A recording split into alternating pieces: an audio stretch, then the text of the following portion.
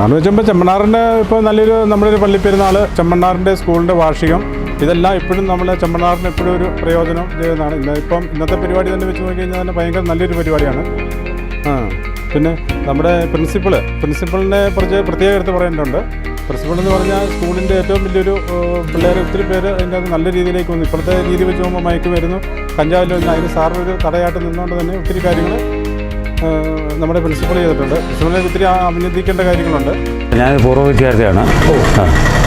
85-86 SSLC ബാച്ചിൽ 2ാമത്തെ ബാച്ചിൽ ഉണ്ടായിരുന്ന വ്യക്തിയാണ് ഞാൻ. അന്ന് മുതൽ ഇന്ന് വരെ സ്കൂളിനെ കുറിച്ച് അഭിമാനം മാത്രമേ ഉള്ളൂ. ടീച്ചേഴ്സിനെ കുറിച്ച് ഇവിടെയാണ് പിള്ളേരൊക്കെ എല്ലാം ഇഷ്ടംപോലെ പുറത്തുനിന്നൊക്കെ വന്ന പിള്ളേരൊക്കെ ഇവിടെ പഠിക്കുന്നത്. കാരണം സ്കൂളിലായതുകൊണ്ടാണല്ലോ പിള്ളേർ പുറത്തുനിന്ന് പഠിക്കുന്നത്. പുറത്തുള്ള സ്ഥലങ്ങളിലുള്ള പിള്ളേർ കൂടുതലുണ്ട്. പിന്നെ ടീച്ചേഴ്സാണെന്ന് പറഞ്ഞാൽ സാർമാരൊക്കെ നല്ല ഒരു രീതിയിലാണ്. സാർമാർക്ക് പിള്ളേരുടെയൊക്കെ വലിയൊരു കെയർ ചെയ്യുന്ന രീതിയുണ്ട്. കാരണം ഇത് പിള്ളേർക്ക് അവിടെ ബസ് കയറി പോകാനൊക്കെ ലേറ്റായി കഴിഞ്ഞാൽ സാർമാരികളൊക്കെ വലിയ കയറ്റിവിടുന്നൊരു ഇതൊക്കെ ഉണ്ട്. അങ്ങനെ അവർ പോയി കഴിഞ്ഞിട്ടാണ് സാധാരണ സാർമാർക്ക് മുന്നിൽ പോകാറ്.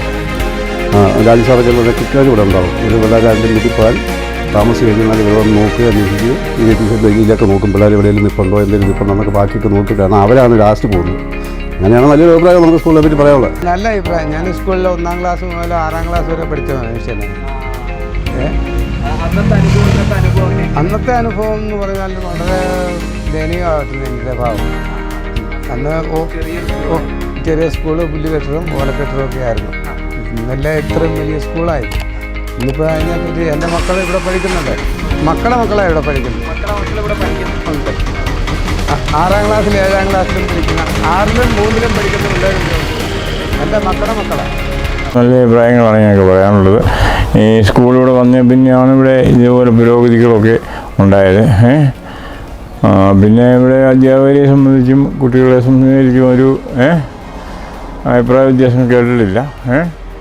എല്ലാം നല്ല രീതിയിലാണ് പോകുന്നത്.